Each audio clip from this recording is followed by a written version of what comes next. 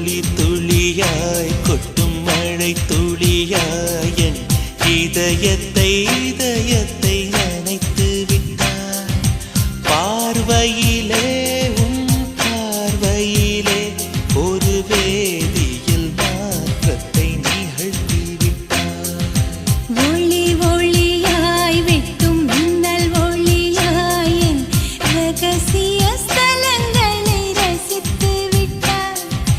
ரசித்ததையே நீ ரசித்ததையே என் அனுமதி இல்லாமல் ருசித்து விட்டாய்.